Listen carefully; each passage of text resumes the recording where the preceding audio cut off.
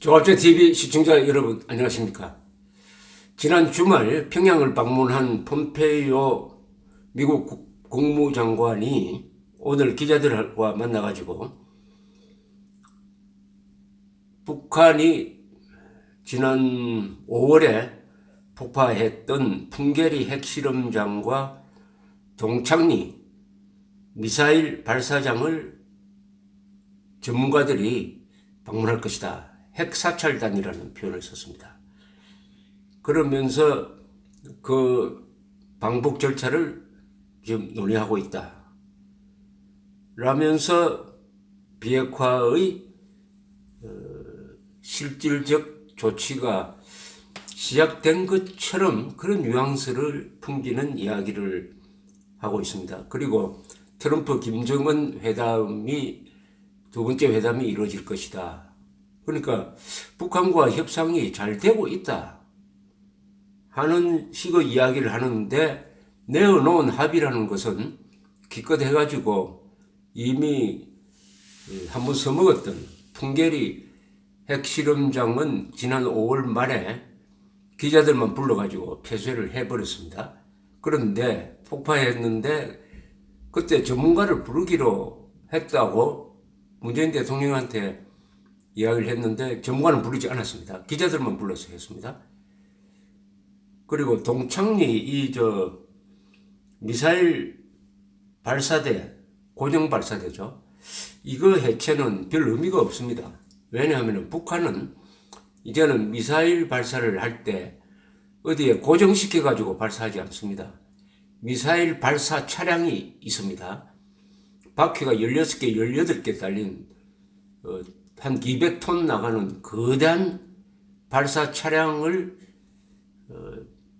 중국으로부터 수입을 했습니다. 중국을 수입을 해가지고 그걸 개조를 했습니다. 그게 한 200대가 있는 것으로 보입니다. 그러면 거기에 미사일을 실어가지고 움직이면서 쏩니다. 동창리 발사대에서 고정시켜서 쏘면은 유사시에 폭격 맞기 딱 알맞죠. 그러나 이동식 미사일 발사대는 탐지하기가 어렵습니다. 그러니까 그 발사 직전에 탐지한다고 해도 때릴 수가 없죠. 문제는 이동식입니다. 이동식. 이 이동식 미사일 발사 장치를 갖추는 데는 중국의 적극적인 협조가 있었어요. 중국 군수 산업체에서 만든 이 차량을 북한이 수입해 갔습니다. 그것은 금수 품목이었어요. 그런데도 다른 목적으로 써서는 안 된다는 약속을 받고 북한에 팔았다, 이렇게 중국은 변명을 하고 있습니다만은, 그래서 이미 필요가 없는 동창리 미사일 고정 발사대를 철거하는데 미국 전문가를 부르겠다. 이게 무슨 이야기입니까? 썩은 고기를 부족한 주인이 다시 파는 거하고 마찬가지입니다. 그걸 사는 사람이 바보죠. 그런데 트럼프는 그걸 사겠다는 거 아닙니까? 사면서 아마 북한이 요구하는 종전선언, 그것은 한미동맹 해체, 주한미군 철수, 그리고 대한민국의 안보 해체를 위한 중대한 관문입니다. 종전선언에 미국이 동의하도록 만들겠다. 그리해서 김정은 트럼프 회담에서 이 종전선언을 하든지 아니면 종전선언 하기로 합의한다든지 하는 이런 쪽으로 나아가는 것 같습니다. 이게 11월 초 중간선거 전에 이루어질 것이냐. 지금 일정으로는 전에 이루어지기에는 너무 급박해요. 그러면 선거에 써먹을 수가 없게 됩니다. 선거 후로 가면은 미국은 조금 계산이 달라지게 되겠죠. 트럼프의 계산이 이제 김정은 카드 써먹었으니까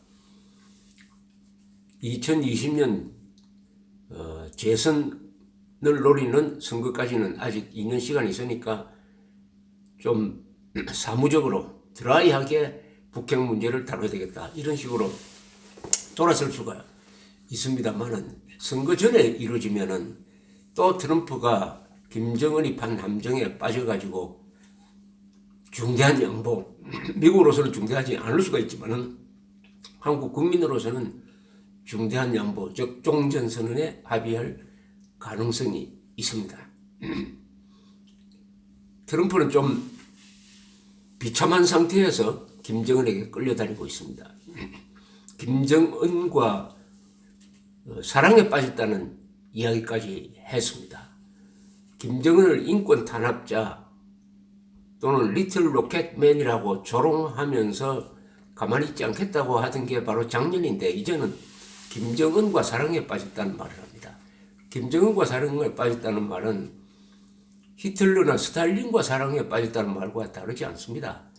김정은이는 유엔의 북한 인권 보고서에 의해서 반인도 범죄자로 규정이 되어가지고 국제형사재판소에 고발을 해야 한다는 건의를 유엔 총회가 안보리에 지금 제기해놓고 있는 그런 자입니다.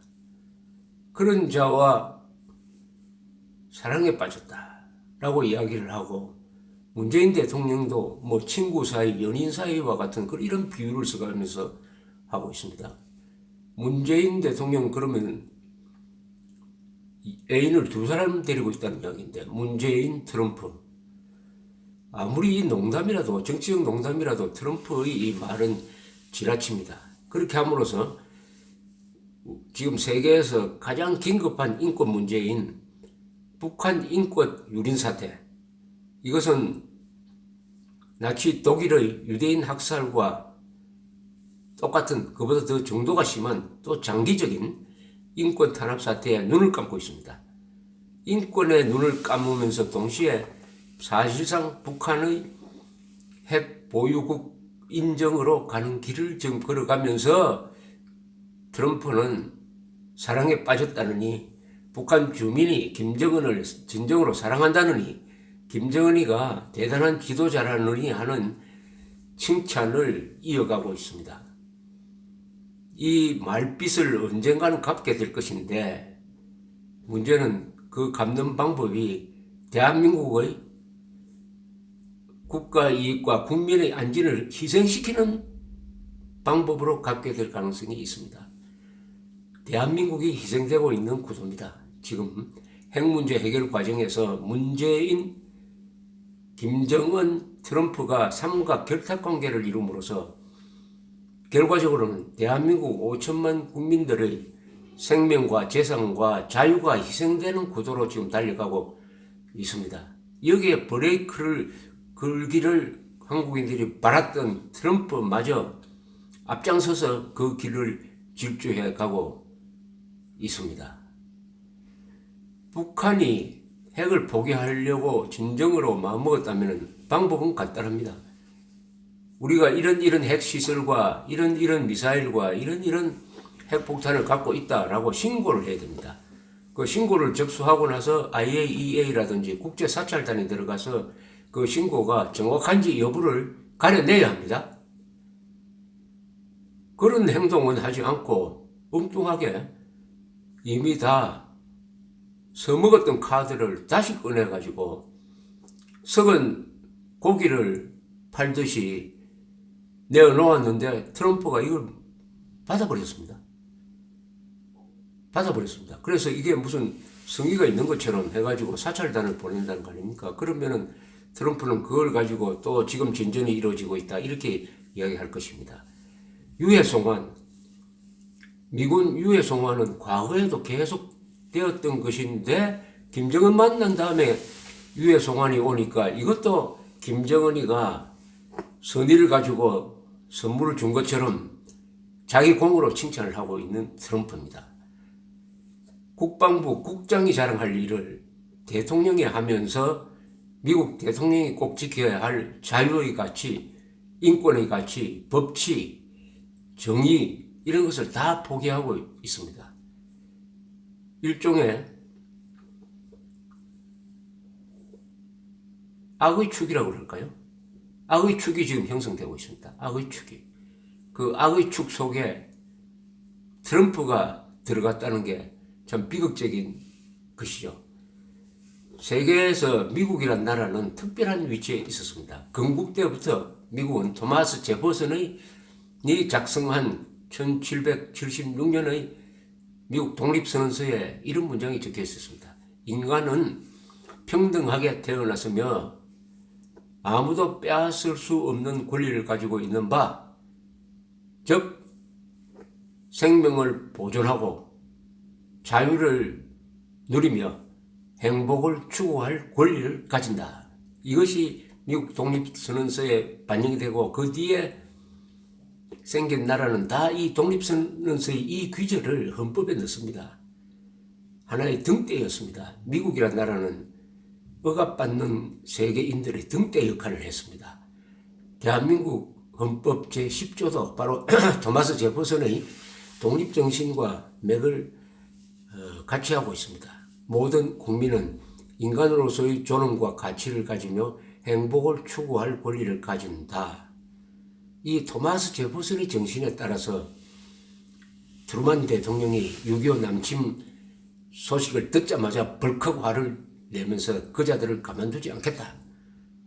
그리하여 알지도 못하는 나라의 만나본 적도 없는 사람들을 지키기 위해서 연인은 180만 명을 보내가지고 5만 4천 명이 죽도록 만든 트럼프의 결단은 바로 이 자유의 가치인 것입니다. 이승만 대통령이 말했던 대로 미군 전사자는 미국인으로서 죽었지만은 또한 세계 시민으로서 죽었던 것입니다. 자유를 지킨다는 점에서는 미국이나 한국이나 일본이나 다 같은 세계 시민입니다. 그런데 이 세계의 자유를 가장 심각하게 짓밟고 위협하고 있는 김정은과 애인 사이인 것처럼 이야기하는 자가 지금 화이트하우스에 앉아 있다는 것은 한국인의 참 크나큰 불행입니다. 크나큰 불행입니다. 폼페이오조차도 사석에서는 북한 핵 문제는 해결할 수 없다라고 이야기를 한다고 합니다. 그게 본심일 것입니다. 그 말은 뭐냐? 핵 무장한 북한을 공격해가지고 점령하지 않는 한 핵폭탄을 빼앗을 수가 없다. 그럼 어떻게 하느냐?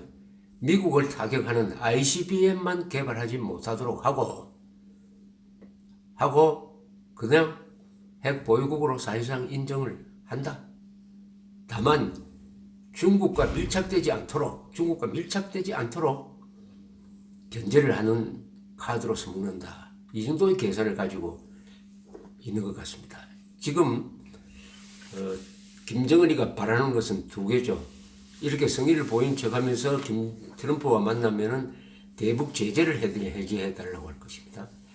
그리고 그 요새를 몰아가지고 올해 안에 한국을 방문해가지고 한국이 가지고 있는 이 방공 자유 민주 체제를 와해시키는 상징 조작을 하게 될 것입니다.